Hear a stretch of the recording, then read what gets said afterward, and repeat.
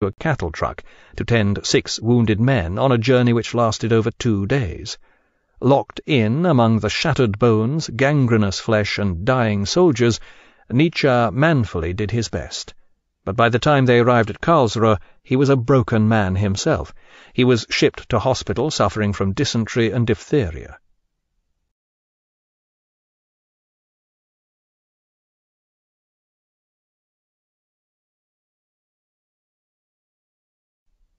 Despite this traumatic experience, within 2 months Nietzsche was back teaching in Basel. He continued to overload himself with lectures in philosophy as well as philology, and began writing The Birth of Tragedy. This brilliant and highly original analysis of Greek culture contrasts the clear-cut Apollonian element of classical restraint with the darker, instinctual Dionysian forces. According to Nietzsche, the great art of Greek tragedy came from a fusion of these 2 elements, which was eventually destroyed by the shallow rationalism of Socrates. This was the first time the darker element of Greek culture had been emphasized, and Nietzsche's characterization of it as fundamental proved highly controversial. During the 19th century, the classical world was sacred.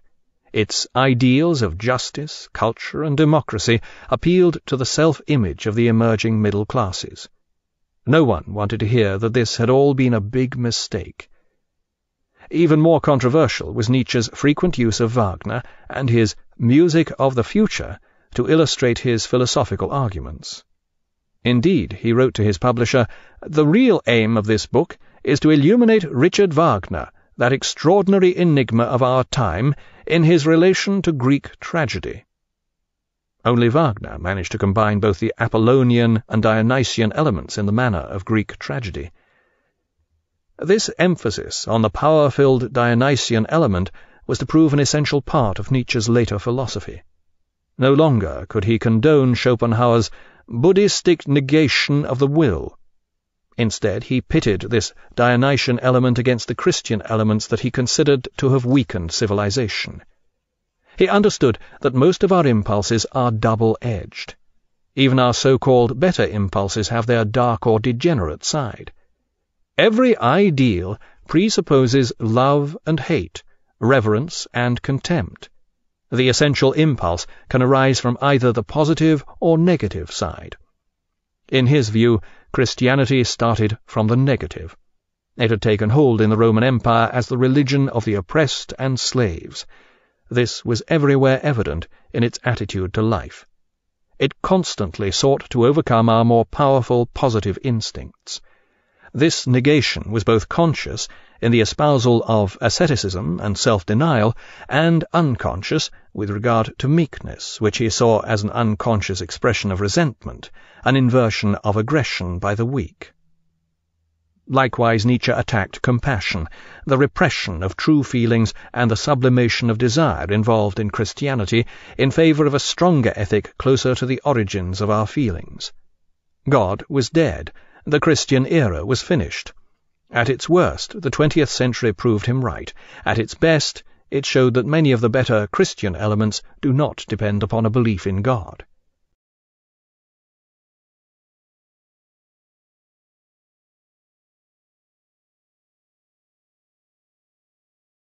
Whether or not we now live closer to our basic feelings remains debatable.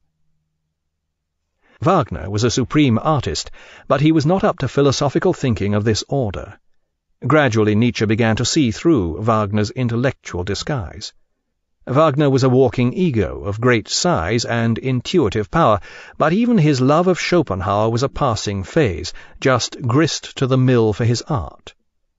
Previously, Nietzsche had been willing to overlook certain nastier elements in the Wagner household, such as his anti-Semitism, his overweening arrogance, and his unwillingness to recognize the ability or needs of anyone other than himself. But there were limits. By now Wagner had moved to Bayreuth, where King Ludwig of Bavaria was building him a theatre which would be devoted exclusively to the performance of his operas, a project which was to help bankrupt the Bavarian exchequer and contribute to Ludwig being deposed. In 1876, Nietzsche arrived at Bayreuth for the opening performance of Wagner's Ring Cycle, but fell ill, almost certainly from psychosomatic causes. The megalomania and high art decadence had all become too much for him, and he had to leave. 2 years later, Nietzsche published his collection of aphorisms, Human, All Too Human, which completed the break with Wagner. Nietzsche's praise of French art, his psychological acumen and deflation of romantic pretensions, and his sheer perceptiveness were all too much for Wagner. Worse still, the work contained no unsolicited advertisements for the music of the future. Perhaps more important, this work also succeeded in alienating some of Nietzsche's more genuine philosophical admirers. Ironically, the cause of this was the one reason he is now universally admired, even by those who abhor his philosophy. In this work, Nietzsche began evolving the style that enabled him to become a master of the German language. No mean task this, with a language such as German, one which has defeated even some of its most esteemed writers.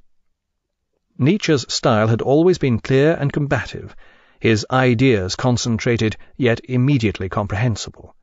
But now he took to writing in aphorisms. Rather than using long-winded argument, he preferred to present his ideas in a series of penetrating insights, swiftly passing from topic to topic. Nietzsche philosophized on the hoof in more ways than one. His best ideas came to him during long walks in the Swiss countryside. He frequently claimed to have been out walking for longer than 3 hours, despite his frail health, though this could well be a projection of the will to power rather than an actual manifestation of it. It has even been claimed that Nietzsche's aphoristic style resulted from his habit of jotting down his thoughts in a notebook while he was on the move.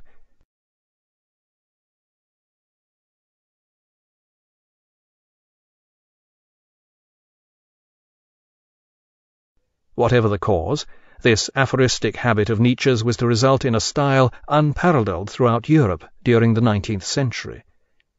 This is a large claim, though Nietzsche would certainly have agreed with it. The 19th century was an age of great stylists, but with the exception of the French enfant terrible Rimbaud, no other writer sensed the coming linguistic revolution, one of tenor rather than felicity. In Nietzsche's prose you can hear the coming voice of the 20th century. This is the language of the future. But all this didn't happen at once. When Nietzsche wrote Human, All Too Human, he was only beginning to find his voice. Even his ideas had in many cases yet to find their mark. This work is filled with an amazing range of psychological aperçus. The fantasist denies reality to himself. The liar does so only to others. The mother of excess is not joy, but joylessness. All poets and writers enamored of the superlative want to do more than they can. A witticism is an epigram on the death of a feeling. But in the end it all becomes too much. His admirers objected that he wasn't writing philosophy, and they were right. This is psychology, though of such quality that a few decades later Freud soon decided against reading any more Nietzsche, for fear he might discover there was nothing left to say on the subject.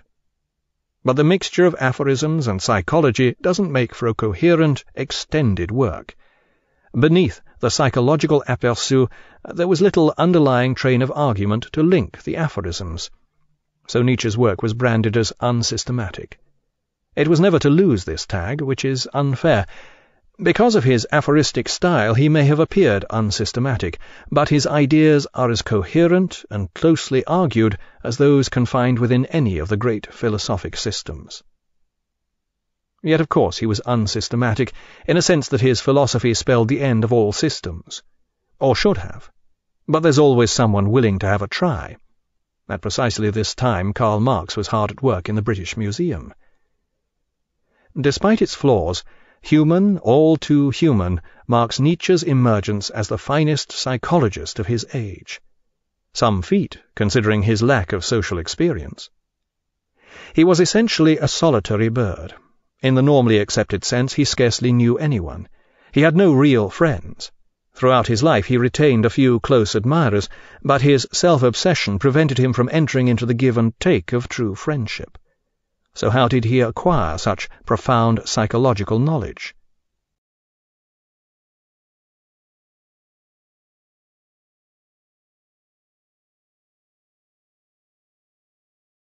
Many commentators are of the opinion that Nietzsche's source in this sphere was just one man, Richard Wagner. This is quite possible. Here indeed was a rich seam of psychological oddity to be mined. But such commentators tend to overlook the fact that Nietzsche a cattle truck to tend 6 wounded men on a journey which lasted over 2 days. Locked in among the shattered bones, gangrenous flesh, and dying soldiers, Nietzsche manfully did his best. But by the time they arrived at Karlsruhe, he was a broken man himself. He was shipped to hospital suffering from dysentery and diphtheria. Culture and democracy appealed to the self-image of the emerging middle classes. No one wanted to hear that this had all been a big mistake. Even more controversial was Nietzsche's frequent use of Wagner and his music of the future to illustrate his philosophical arguments. Indeed, he wrote to his publisher and began writing The Birth of Tragedy.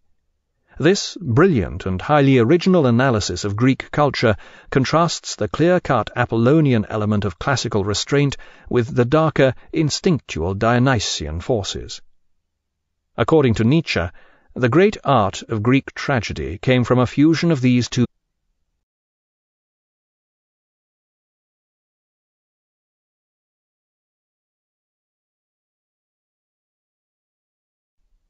Despite this traumatic experience, within 2 months Nietzsche was back teaching in Basel.